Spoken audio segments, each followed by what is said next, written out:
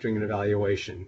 This is going to be a large session today, I think testament to two things, mostly to the quality of the content that I think is going to be presented in just a few minutes, but also testament to the fact that people are getting used to these online formats, and I think glad for the kind of stimulation that they can sometimes provide. And in this case, I want to take occasion, since I know there are a few of you who are here with us for the first time, to just give you 1 or 2 minutes about the community of practice before introducing today's session.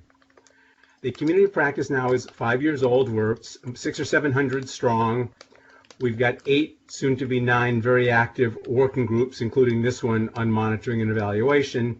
And people are brought together by, I would say, 2 things. One, an abiding commitment to trying to get to the bottom of this issue of how to bring successful outcomes to scale.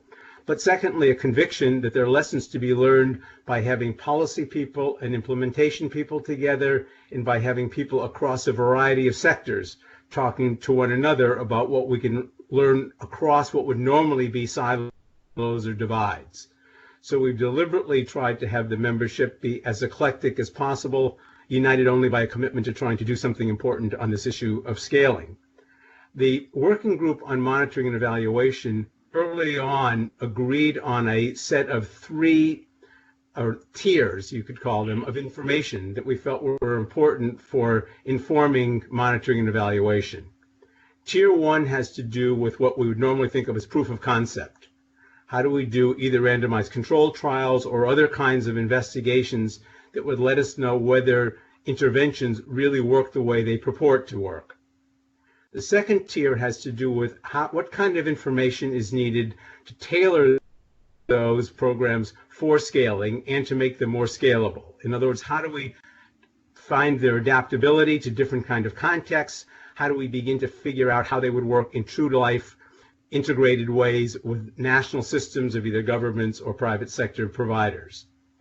And tier 3 is basically how do we monitor the pathway to scale, and even more importantly, how do we continue to keep track of efficacy and impact at scale?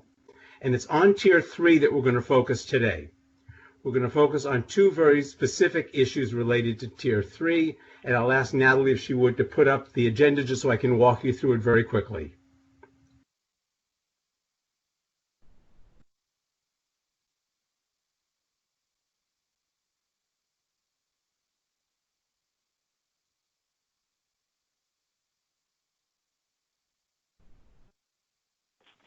Or I won't.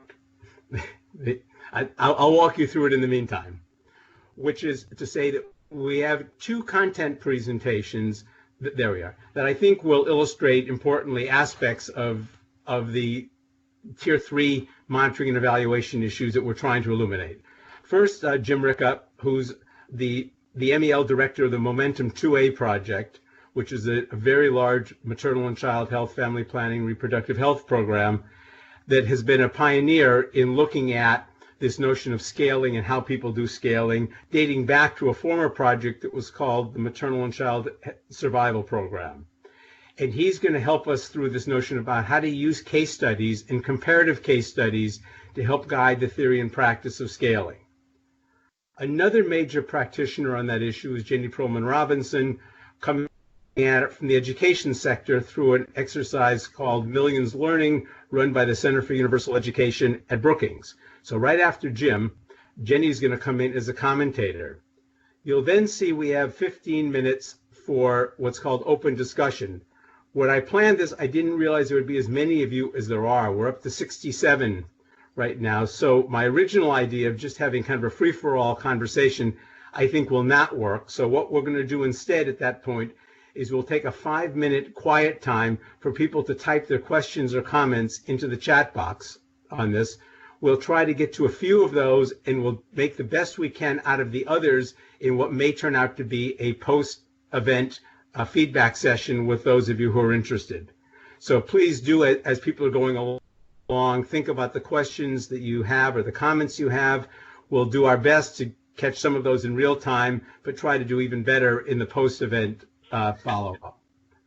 After that, we'll turn to our second topic, which is going to be led by Austin Davis, a professor at American University and also a postdoc at Yale. And he's going to be talking about an issue we have not talked about before, which is basically when we take things to scale, we've been worried collectively about the trade-off between fidelity and adaptability, but we've not looked at the very effective scale on outcomes. In other words, when you do things on a large scale rather than a small scale, putting aside effects of implementation quality, what is simply the scale of the intervention due to the effects? And so Austin's going to be talking about that issue and trying to help us see both how that can be examined in a research mode, and to the extent it's possible, how some of us in our more day-to-day work can begin to be more attentive to that kind of issue. At the very end, I'm going to try to save a few minutes. If a couple of you have important announcements that you want to make, be thinking about that. I'll ask for 4 or 5 if I have time. And if you do make an announcement, please try to keep it to just 30 seconds or so we can fit in several. Thank you all very much. I'm now going to turn to Jim Ricca to lead us through the initial discussion about the use of case studies and comparative case studies to bring light onto issues related to scaling. Thanks, Jim, for doing this. Yeah, thanks so much, Larry. Thanks for inviting me. Thanks for organizing this. I could share my screen. I wasn't sure of which we wanted to do. Yeah, why don't you go ahead and do that and see if it works. Let me Natalie's see. your fallback. Okay.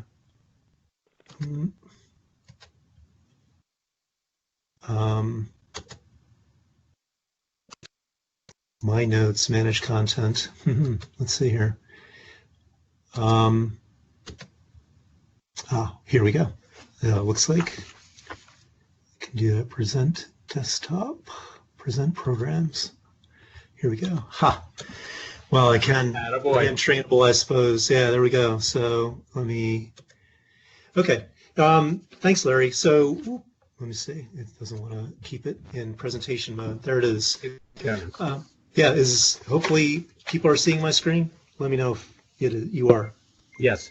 Okay, great. Thanks. Like Larry said, I'm the Monitoring, Evaluation, and Learning Director for a 5-year project. Pardon me, I promise not to interrupt again, but just one thing. For those of you who are calling in by phone or who, for some reason, are not getting the screen, we've sent around these PowerPoints, so you should also have them in your browsers. Okay, great. Thanks. I did a little bit of last-minute rearrangement, mostly my notes, but hopefully that everything kind of squares up with what other people are looking at. But in any case, I'm the Monitoring, Evaluation, and Learning Director for a 5-year project called Momentum 2A, a strange name, but hopefully we'll get something a little more mellifluous in another few weeks. USAID's trying to decide on that. It's a $100 million 5-year project. It's going to work in a number of countries, but we're still waiting for country buy-ins. It's the follow-on project, like Larry said, to a project that he actually helped us with, the Maternal Child Survival Program, which that one worked in 40 countries. And really probably 12 to 15 of them we worked the most intensively with in an ongoing way. And of those, we kind of looked at what were the places where we could really look at scale up the most. Our mandate was to help countries to either improve quality or access to their programming at scale, or to look at things that were not currently at scale, that were not current parts of routine practice, and to help them to scale those up. So we were definitely at tier 3. These were proven interventions. So people just should be aware of that. Proven at small scale. And as Larry alluded to, things that work at small scale don't always work at large scale. So there's a whole other set of learning that we need to do as we go to scale. And that's where the space we were working in. There were 8 of those countries where we worked on at least one package of interventions, I would call it. They usually were not simple pinpoint interventions, although in some cases they were relatively so.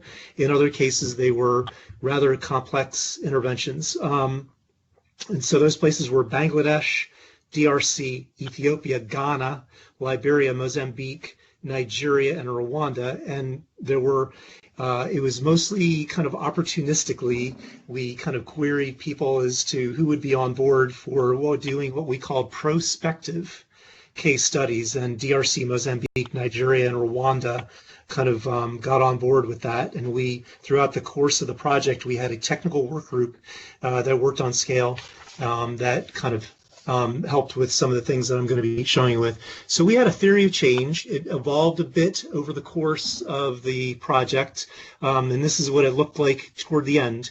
So I just want to start out with, where we started with, and emphasizing that in all these cases, there were certain preconditions that might not always be true, at tier 1 or 2, and that is that these interventions that we're working with already were included in national strategies. There are many, many things that are included in national strategies that are not necessarily implemented, though.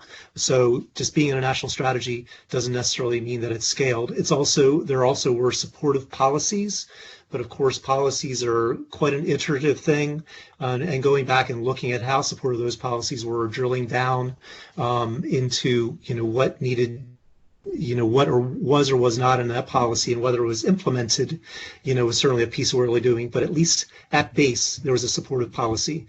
There already was some technical evidence of high impact at low scale, and some learning from the initial scale.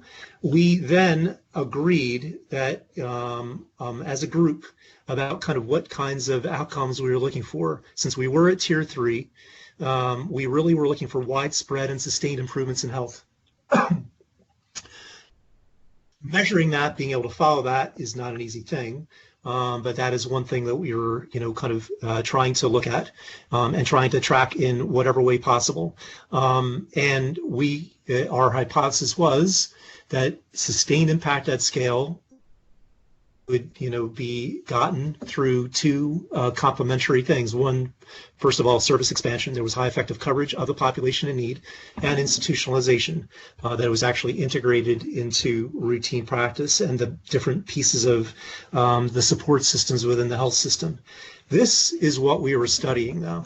So we started with these certain kinds of interventions and the preconditions we were helping countries to drive toward those end goals. But what we really wanted to study was the things that were in this middle section here.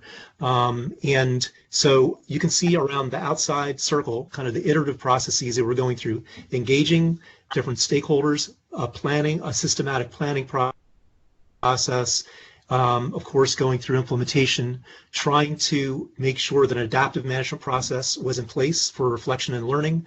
And one piece that we've seen missing in some, at least in the health world, in some scale kind of systems or at least implementation research kinds of systems, is this last piece of mobilizing resources. So we really felt like, of course, there's initial money for implementation, but really looking and seeing were people mobilizing resources in an ongoing way.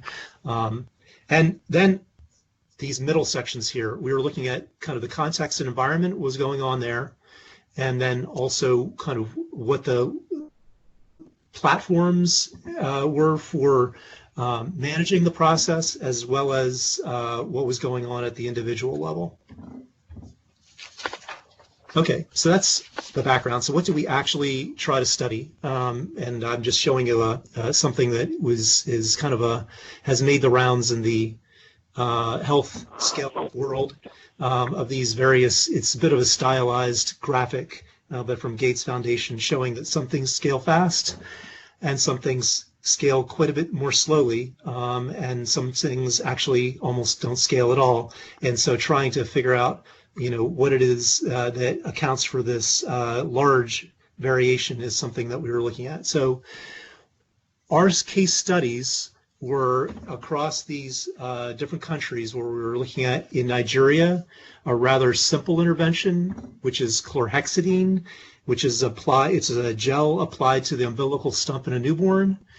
In Rwanda, we were looking at a couple of different interventions. One is postpartum family planning, so trying to make sure that is that women are offered, and if they want it, they take a family planning method immediately after delivery. And also on the delivery ward, another slightly more complicated intervention, which is called Helping Babies Breathe. It's a newborn resuscitation method. And then the middle one there, DRC, what's called Integrated Community Case Management. This was definitely the most complex intervention in the most complex environment. This is something that depends on community health workers. There are 3 different technical interventions that are done in an integrated way. So trying to study that was not easy. But in all cases, we were looking at 4 things that we figured from that middle section were what we thought of as drivers of the scale process. That there was a multi-stakeholder strategic and operational planning process. We were not necessarily driving that in all cases, but we were looking that something was happening at the national level and also kind of moving down to the district and local level in terms of operational planning. That there was some sort of adaptive management process going that's centered on using data dashboards and kind of downstream quantitative metrics, supplemented with some qualitative information as well that we try to have during what we call pause and reflect moments, which were variably adopted. And then also looking at what that leadership and governance structure was from the local level to the district level and on up to the national level, and trying to embed that within structures that were already in place and not kind of have a separate management structure. This was a very non-project based way to look at what was happening, because we figured the project-based pieces had happened at tier 1 and 2, and now our job was to help the country to kind of get over the hump and get this expanded to a national level, and to avoid what our colleague Steve Hodgins calls empty scale up, where the intervention is everywhere but actually having no impact whatsoever. So we were prospectively looking at this, and every 3 months a project-wide work group with 4 to 8 of those countries, the 4 that were that I have listed at the top, plus we got sometimes some of the other 4 that were not in the overall prospective study that also would make contributions. We would look at different pieces of this. How was the planning process going? Were they actually adopting pause and reflect moments for adaptive management? What kinds of dashboards were they using, et cetera, et cetera? So in this sense, we were prospectively looking at this, but we had a capstone at the end where we kind of tried to go back and interview various stakeholders. We took a non-project perspective. Our perspective here is from the point of view of the country. And we also had what we thought of as fairly similar starting points in terms of preconditions, even though trying again to reduce complexity to some extent. And so that we weren't talking about tier 1 things in tier 3 things in other places. We did then, in fact, actually make 4 scale up studies, and we have reports, only one of which is actually finalized. We did also document what we did, and this, what I'm showing you on the right side there, is a end of project version that was kind of being used it was sort of a living document on the way to kind of get people on board and thinking about what we were doing, and document how we were trying to support the scale up process. So what worked well? Critically, we thought it was critical to take the viewpoint of the country actors and not the technical organization, because in various of these that we were using, there were various other actors working, not just us. Being able to communicate what the theory of change was, so because it reduces the complexity. We tried as much as possible to have a downstream indicator that we had on dashboards that we were following quantitatively. We found those at the end when we did the capstone. There were some national surveys that were done that we didn't have available to us in some places that showed that we were not completely on track in some places. But still, we're able to kind of get some information. What didn't work as well? We decided at the end, when we actually looked at the intervention, that we used a slightly different way to kind of study it than we had used to implement it. That caused some confusion. We also really felt like even when we were talking to our to our interlocutors in country, they weren't always clear, were we project-based or not? So that was an ongoing discussion with a number of partners within the project, trying to get actual adoption of this adaptive management process.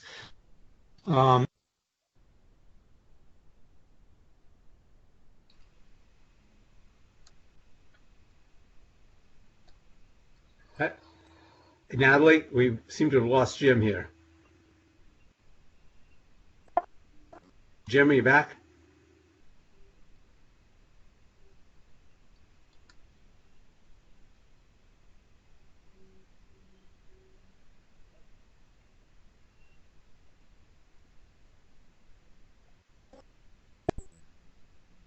Hello, can you hear me? Yeah, you're back. Sorry. Okay. I'm not sure what the last thing was you heard. I think we only lost about 15 seconds. Okay.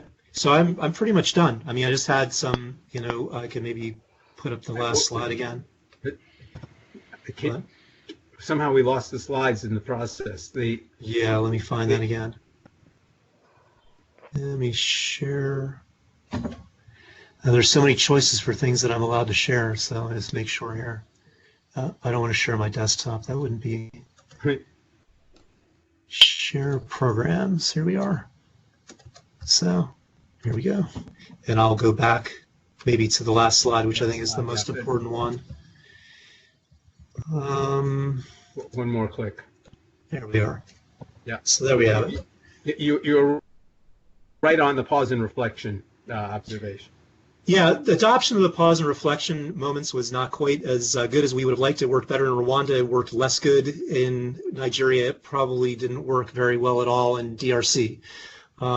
So there was definitely that. We were trying as much as possible to what some people have called fidelity to outcomes and not necessarily to process. Although one thing we would have liked to have had is Lisa's adoption of these pause and reflection to be able to at least see if the adaptation process and some changes that were going on were working or not.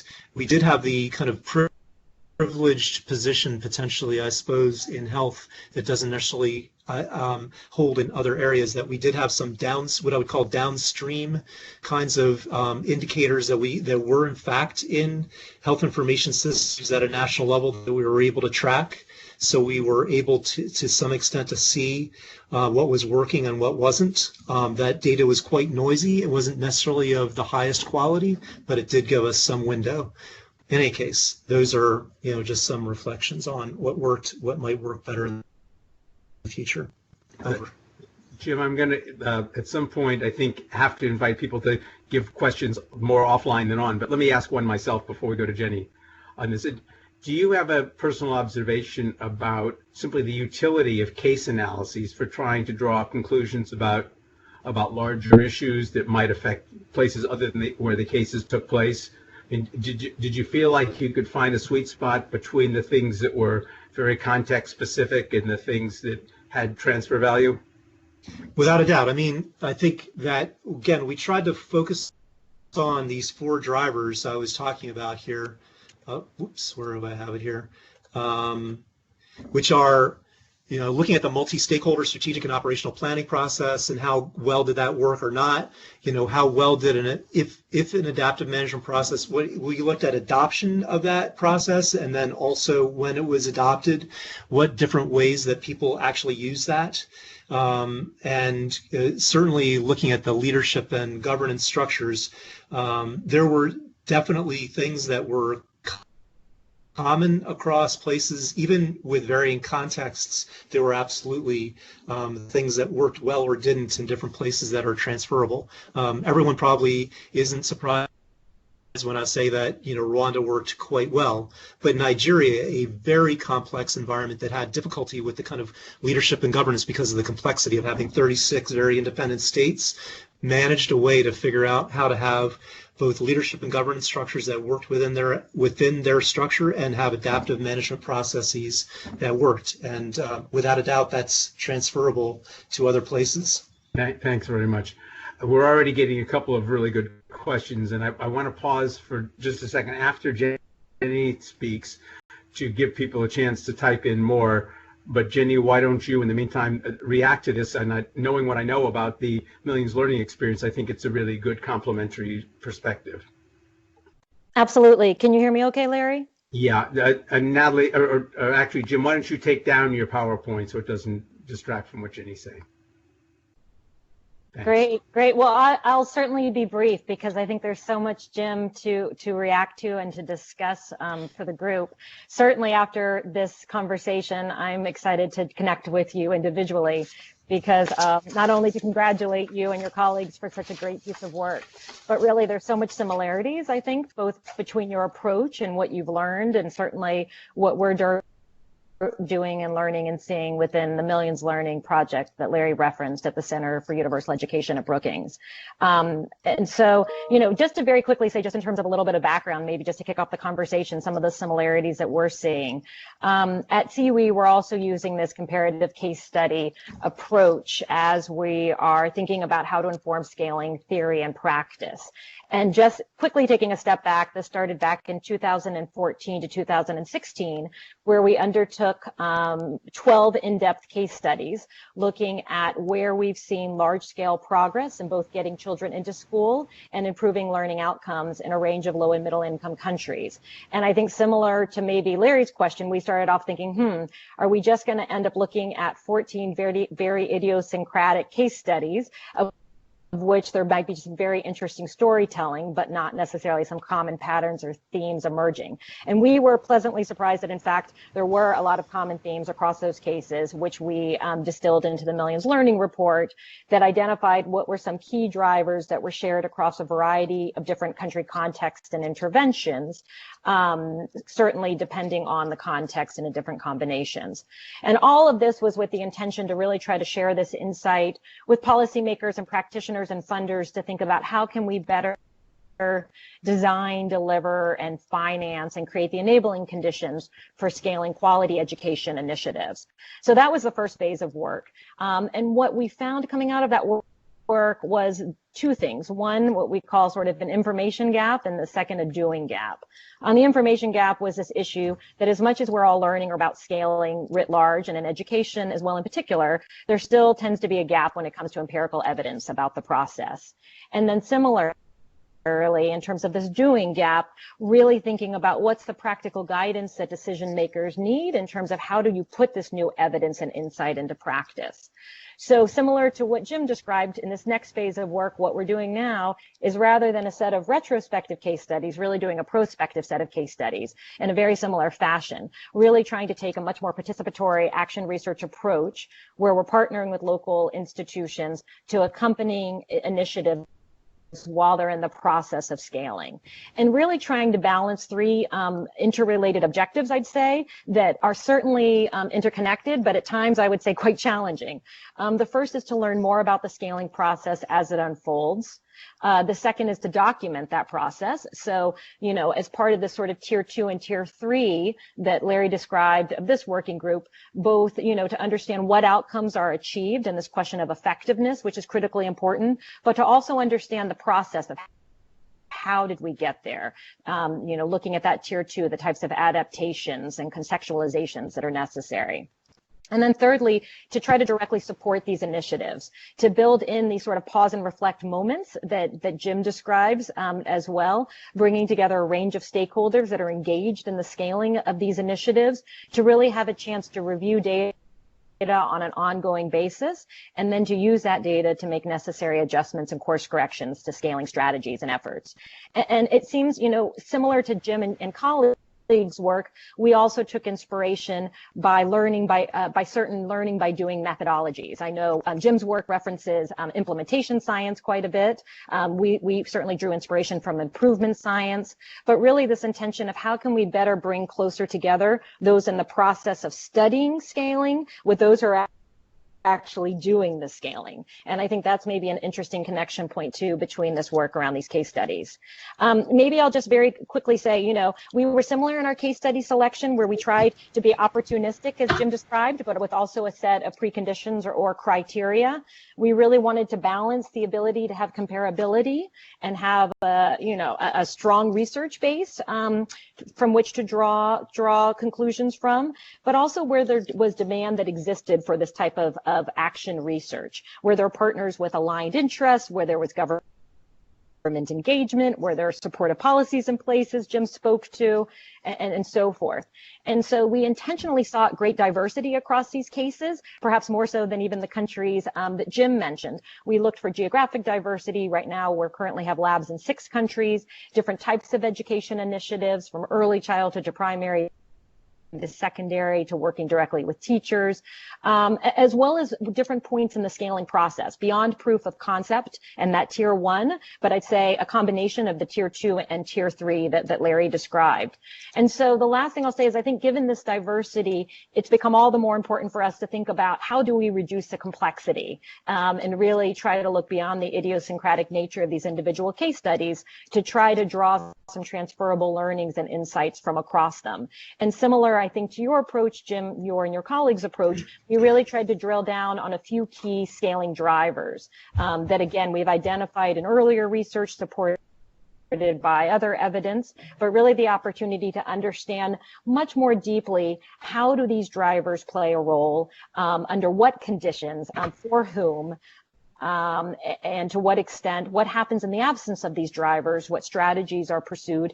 And while we're looking at drivers such as data and financing and leaders and partnerships and drivers that are probably not all that controversial, we're certainly open to the fact there are probably drivers that we haven't identified and leaving some flexibility in that. So both trying to be as systematic and standardized as possible in our data collection and analysis and approach, but also building in a degree of flexibility depending on the contextual specifics and what we're learning.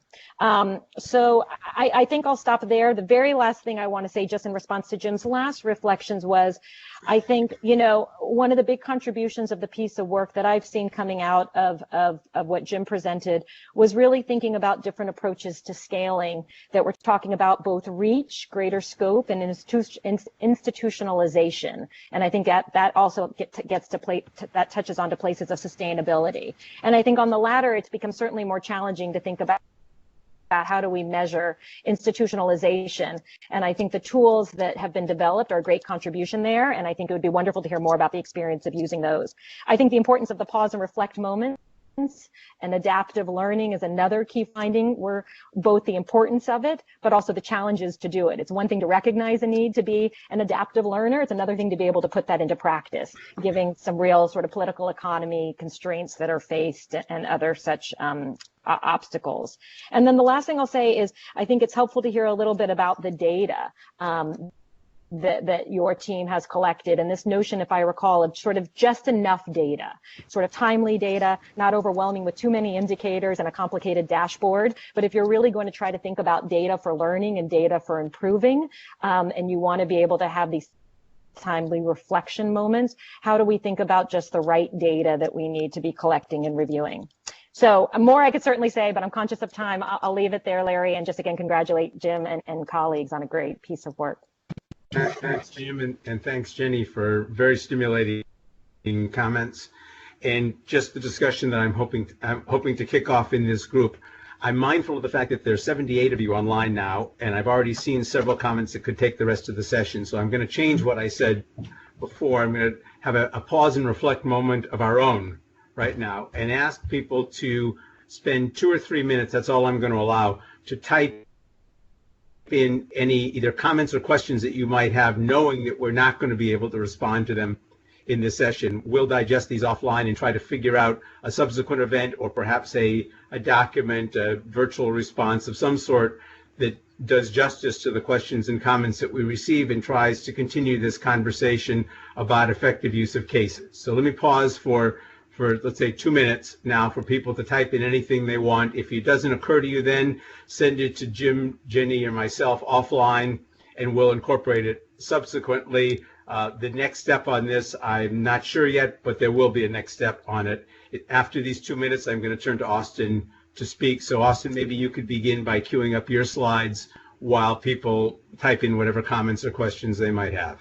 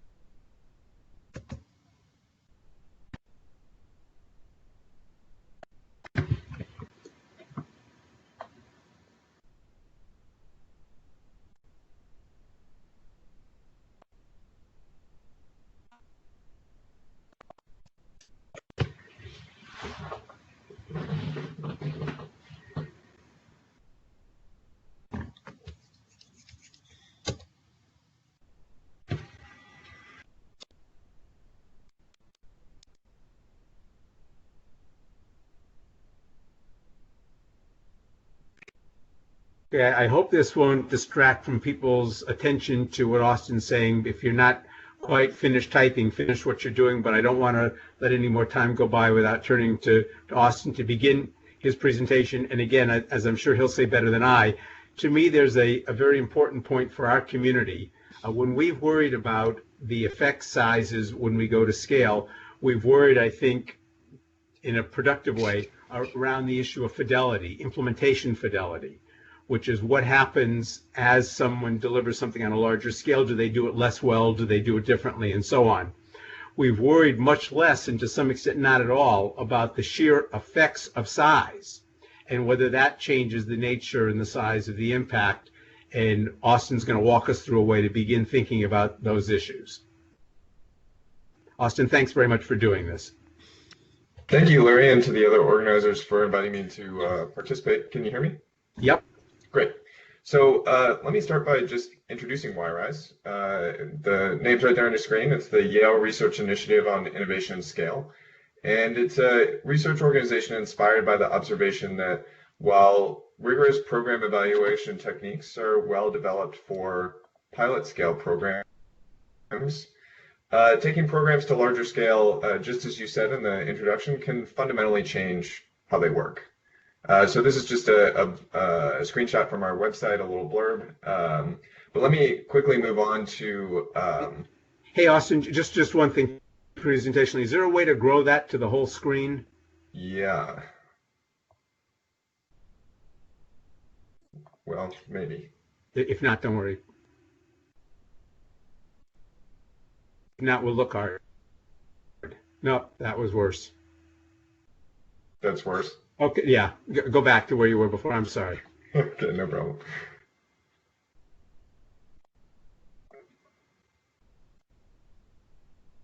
That's better. Thanks. Okay, great. Oh, there it is. That's better. Yeah? Yeah, thank you. Sure. Sorry about that.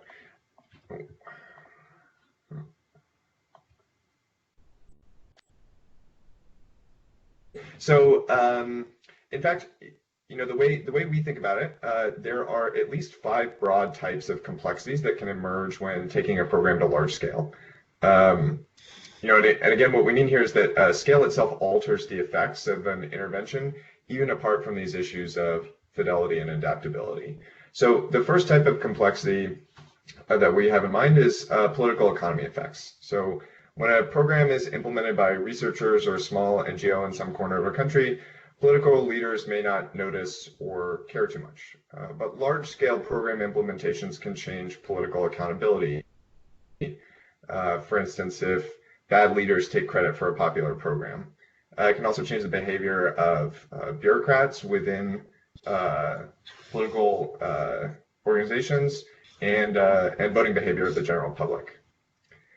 Another complexity of scale is relates to evidence aggregation and external validity. So the rigorous evidence we have for program effects usually comes from relatively small trials set in a relatively narrow place and time. And increasing scale necessarily means expanding that program to a context for which we do not have evidence. So this complexity of scale basically amounts to how can we extrapolate existing evidence to predict what will work in a different place and time. Of course, programs can have effects on non-beneficiaries. And I'll kind of use this as my running example or the primary example for the rest of the talk, so I won't elaborate on it here. But another category of complexity of scale is spillovers, network, and general equilibrium effects.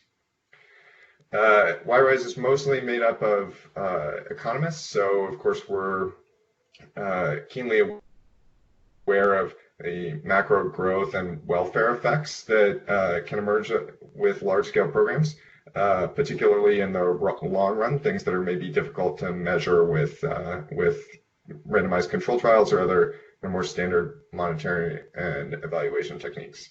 So, a core example here might be the economy-wide adoption of microfinance has the potential to change business investment choices, change human capital investments, change savings rates, a lot of things that will happen over time, interact with each other, and emerge only at scale.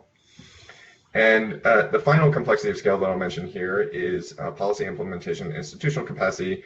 I expect these are issues that this group is keenly aware of.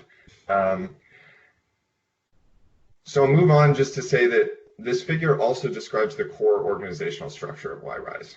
So each of these complexities is the core organizing principle for a network of about 15 or 20 research affiliates who are very thoughtful and have done some excellent research on each one of these topics. So let me go ahead with a particular example focused on spillovers and equilibrium effects and how those can change the way a program works when you scale it up. Okay, so the problem that we'll focus on here is seasonal hunger. I expect that many of you will be familiar with it. It's widespread in agricultural communities, and it emerges from the low labor demand, income, and relative scarcity of food between the planting and harvest periods. And so what I plotted here is seasonal hunger in northern Bangladesh. And each one of these lines represents the frequency with which households restrict meals or portion size. And you can see that there are predictable spikes in hunger that, again, coincide with the periods between planting and harvesting. Interestingly, this is a very old problem. It was documented as early as the late 19th century in a Nature article. And you can see, the series that I'd like to point out here are figure 10, which is the mortality rate, and figure 11, which is rainfall. And so that captures something about the agricultural cycle. And here again, you can see these regular spikes in mortality and hardship that coincide with the lean season. So, because this is an old problem, there's been no lack of effort trying to resolve it. And it persists in spite of serious large-scale efforts, deploying credit, work for food programs, unconditional transfers, many other ideas. Some YRISE researchers tried something a little different. I guess they started maybe 10 years ago now.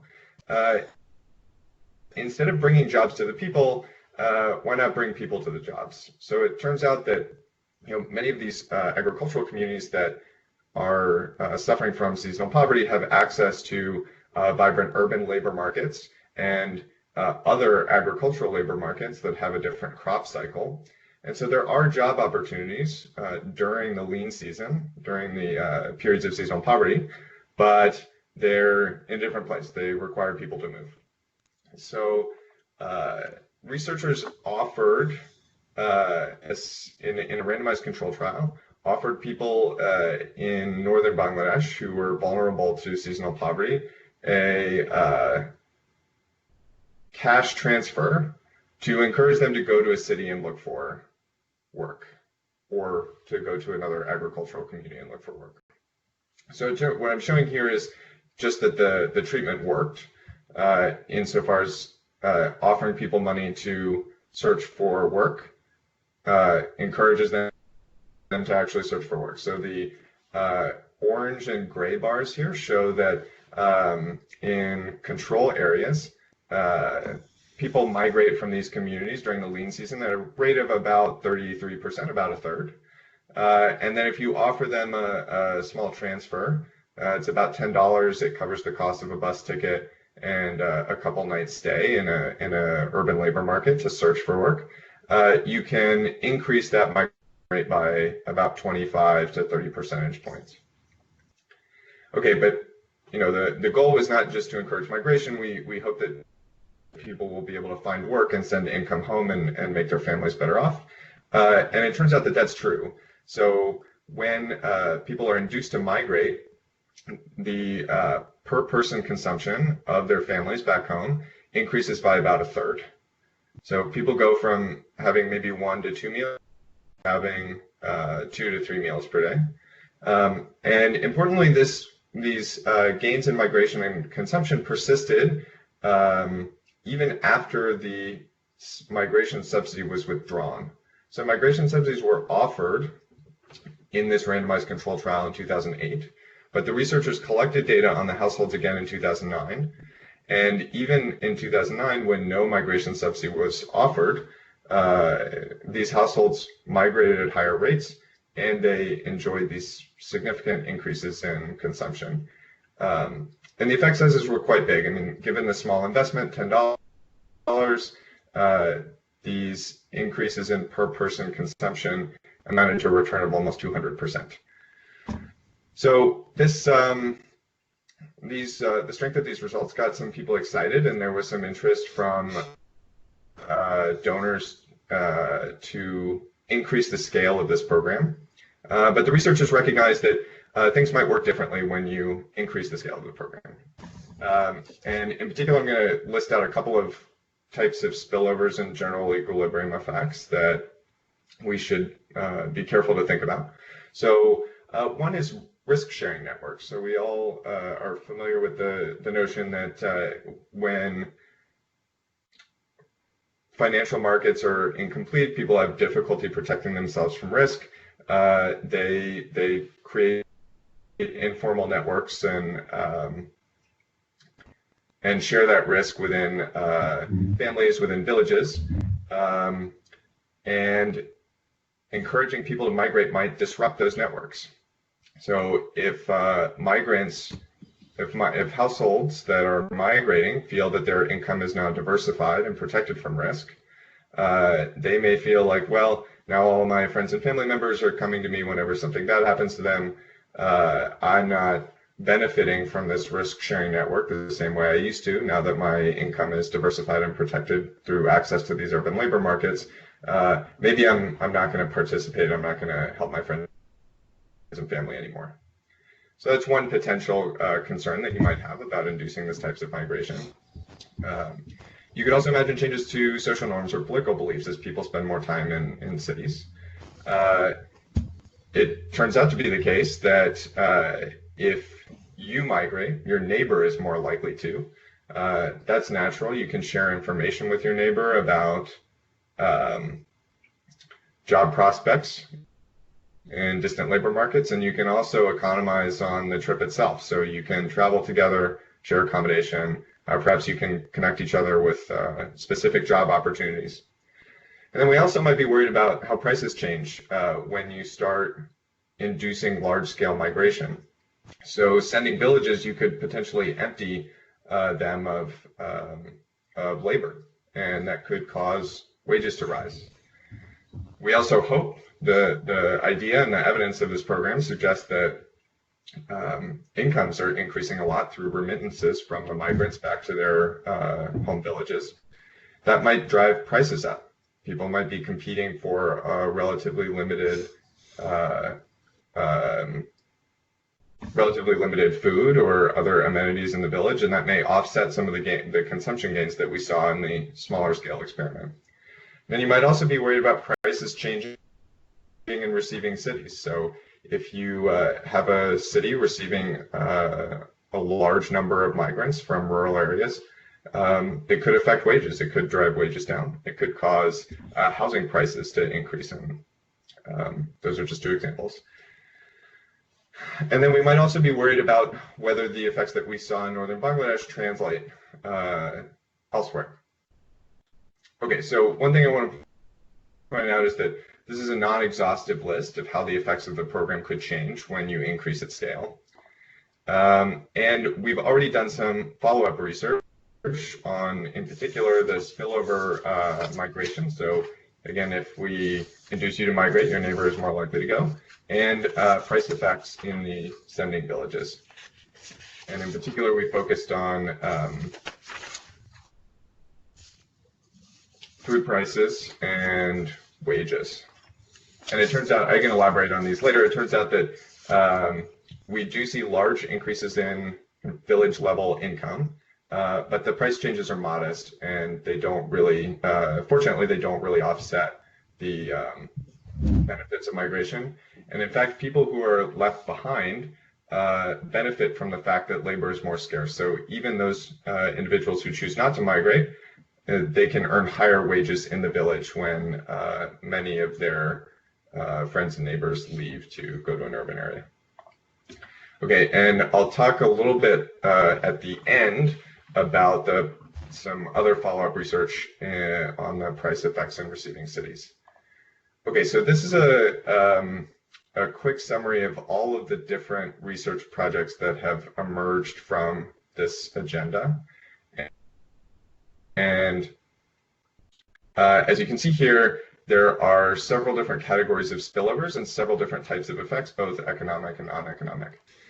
And each one of these little boxes here indicates a published academic paper. The kind of grayed out things are works in progress. And I want to give you this broad overview of the agenda as a whole because it serves as a model for the type of research that YRise would like to do going forward. So we're working to develop initiatives where we take an intervention that has good pilot scale evidence that appears promising to scale up, and organize a set of coordinated research projects that address the scale up of that particular intervention in a really comprehensive way. Okay, so I'm gonna go ahead and move quickly through some of these items so we can get to the discussion. But again, I'd just like to mention that what we're working towards are coordinated trials that study how the effects of an intervention change as it scales up.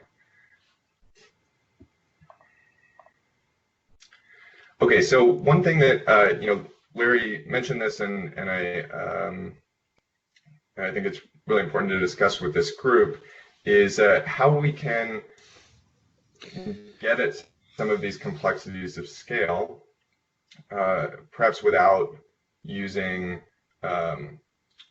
really intensive research designs. And this is an area where I'm actually going to kind of punt the question back to the audience. But I will mention our experience with measuring the effects of prices in receiving cities. So it turns out that the research actually went through kind of three phases itself. In the first phase, it was that pilot scale evidence that I showed you earlier. The second phase, it increased the scale somewhat so that we could measure the effects on sending villages. And the third phase, it was designed to measure the prices in receiving cities. It turns out that it didn't work. And what I mean by that is that there was no difference in migration rates between people who were offered randomly offered a migration subsidy and control individuals, a control sample that was not offered a migration subsidy. And one of the issues that we believe led to this outcome was that the implementing organization had created targets for their disbursement officers to hit. So, you need to hand out, I believe it was 40 migration subsidies per day. And they then focused on people who were likely to migrate, people who were likely to accept this offer of a migration subsidy. And one consequence of that was essentially there was no first stage, so we didn't induce anyone to migrate who was not going to anyway.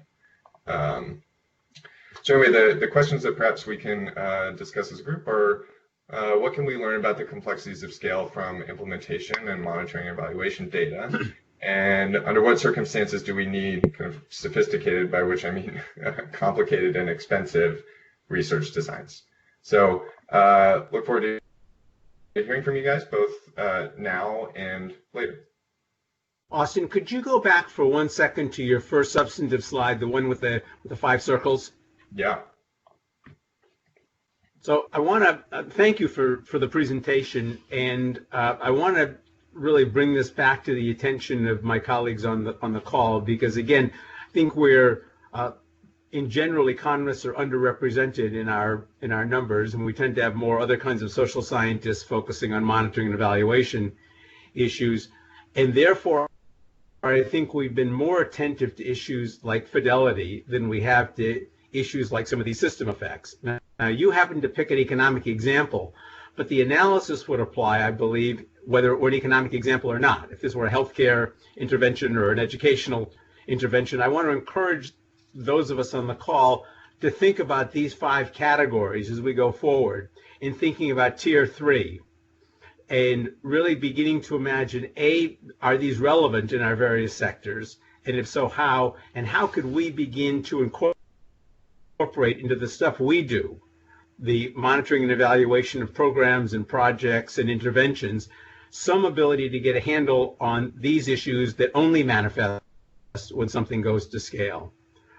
Because I'm not aware in our own little micro literature of many people who've taken this set of issues as seriously as I think they ought to be taken. Let me, as I did before, invite people to take a moment to write any questions or comments they might have, and again, with the promise that we'll review these afterwards and see what we can do about a meaningful response. Take a couple of quiet minutes for people to type or think anything they want to.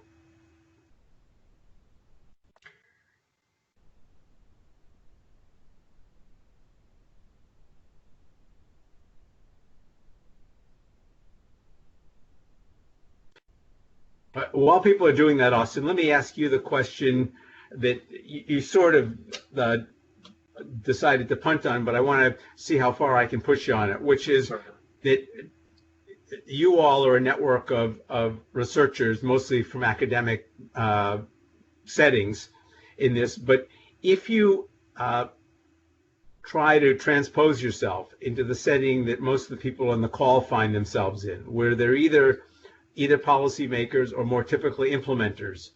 They're implementing programs that either are going to scale or aspire to go to scale. Do you have any initial reflections on how to be more sensitive to or attentive to these sorts of issues in the process of scaling, so that you could do something remedial if it turned out a negative effect was coming about? Yeah, I mean, it's a great question. I mean, I am in this position where, as a researcher, I think that the type of work that we do tells us something that's hard to figure out in other ways. And indeed, that's why it's kind of worth the investment on our part.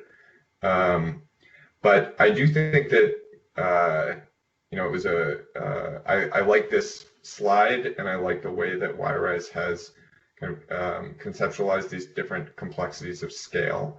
And so, I hope perhaps being aware of all of these potential types of consequences can allow people to anticipate them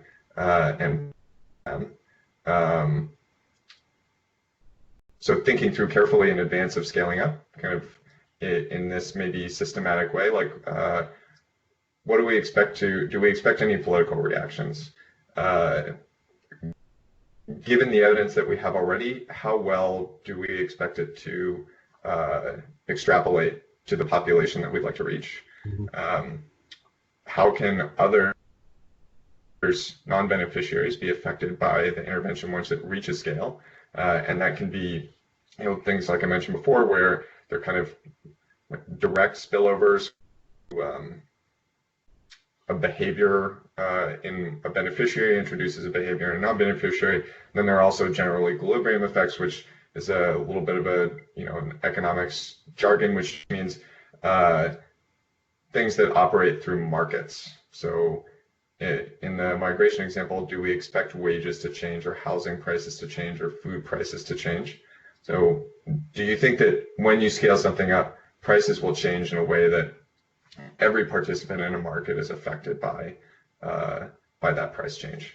Then I'll take advantage of having an unmuted mic to just say one or two things. I think the one on the far left, the political economy effects, coming at it from a somewhat different perspective, a number of us have struggled with.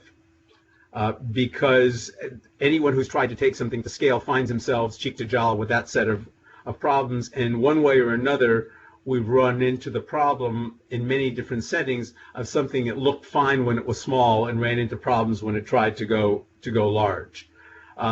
Personally, I would say that our community has got some really shining examples of people who've very thoughtfully taken that into account, and more examples where people have struggled with a problem but have not really framed a good way to think and act on the solutions. But there is definitely in the larger development community a practice area around that. Likewise, on the policy implementation issue, on the far other side, the place I think we've been most absent are on these spillover and general equilibrium effects, where somehow doing it bigger simply has different effects than it would have if you were doing it for a discrete group of people in a kind of a pebble in the ocean. If you're working on the ocean, it becomes a different sort of proposition on this. And I'd like to kind of challenge us to think better about that. And I think the economics toolkit is helpful, but I don't think you need to be an economist to begin thinking about how doing this thing at a large scale begins to affect a number of variables beyond the ones and beyond the people you were originally targeting. Yeah, I couldn't agree with you more. I would say, the strike zone for research economists is of those 5 circles up there, certainly the middle 3 are areas where I think we have a lot to contribute. We do have some very good political economy researchers, but I think your point is very well taken there, that perhaps more than in some of these other domains, what research tell you is limited, especially with respect to people who have very good experience navigating political institutions in the places where you're trying to scale up. Well, I had said to you before this call, and I feel even more strongly having listened to you this time, that this is a really nice potential crosswalk between your community and ours around some of these issues. So perhaps offline we can continue to pursue that. Yeah, I hope so. And I invite everyone who's here and the working group broadly to please be in touch with us. And in addition to kind of talking through what we can both do, generally we are looking to form partnerships with implementing organizations that have promising interventions that they'd like to scale up. And the idea would be for us to jointly generate some really good evidence about how those things work at scale. Thanks. I'm going to take advantage of the few minutes we have left to put in a small commercial message myself on the community of practice, and then to invite any of you who might want to say a word or two about something that you're involved with that might be of general interest to do so. If any of you want to do that, please say something in the chat box and I'll watch for it. From our side, I want to bring a couple of things to your attention. The first is that in the next few days, we'll be sending around to the community of practice a a special edition of the newsletter focused on scaling issues related to the coronavirus. We sent out a general call to all of the community of practice members. We got some really thoughtful responses. Johannes, and with a little assist from me, are trying to assemble and curate that into a document that we're almost finished with and hope to send out in the next few days, and we hope people will find it useful. Secondly, for those of you who are unfamiliar with the community of practice, let me say a word or two about that. We have, as I said, 600 or 700 members in 8, soon to be 9 working groups. Each of those 9 working groups, similar to this M&E working group, has quarterly meetings of this sort. You're welcome to join the community of practice if you're not already a member. Being a member of a working group involves nothing more than saying you want to be a member of that working group. So if you want to affiliate with any of those things and are not already so, just drop an email to myself or to Natalie Colangelo, and we'll be glad to add your names to the list. The community of practice also does a once-a-year in-person event, which, coronavirus willing, will be in October of this year, and we will notify people well in advance as to whether that's going to happen or not. Last year's was terrific and was enriched particularly by having 7 what we called invited fellows who we were able to support to come from the Global South to participate in the event, 1 from 7 of our 8 working groups, and we hope to be able to do that again. If some of you are potentially in that category, let us know, and we'll certainly be glad to consider you for participation in those events. And finally, if some of you have issues you would be anxious to have addressed in future meetings of this working group, please let us know, and I'll be glad to do my best to try to accommodate those. We'll be doing, as in the past, 1 a quarter on this. So I'm now looking for ideas for an event about 3 months from now. So if you yourself would like to present something, or there's something you'd be particularly keen to see presented, please do let me know, and John Floretta and I will try to curate any ideas we get and put together a strong program for 3 months from now. I'm looking to see if anyone sent something they'd like to. Thank you, Johannes, for the reminder about the website, which is to say that the community of practice has been functioning on an email basis, kind of like a listserv, up until now, with obvious limitations.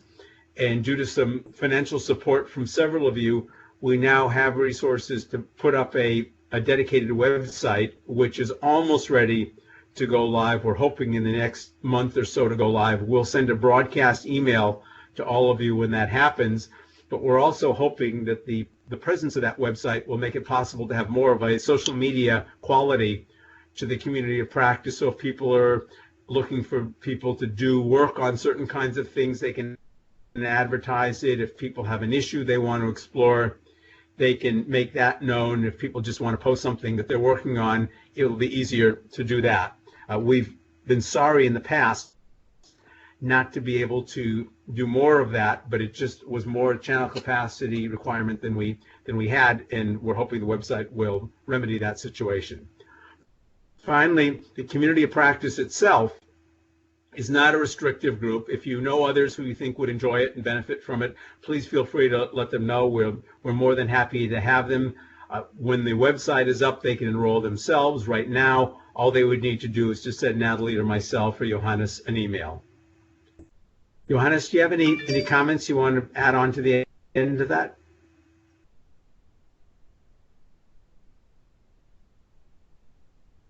That was a type no. Thank you very much. So seeing no other comments, I'll thank everyone very much for their attention, and also thank very, very much Austin, Jenny, and Jim for stimulating presentations. As I mentioned before, we'll go through the things that are in the chat box, plus anything anyone may want to send us, and see what we can do by way of follow-up to what I thought was just the session I hoped it would be. Thank you all very much for joining us.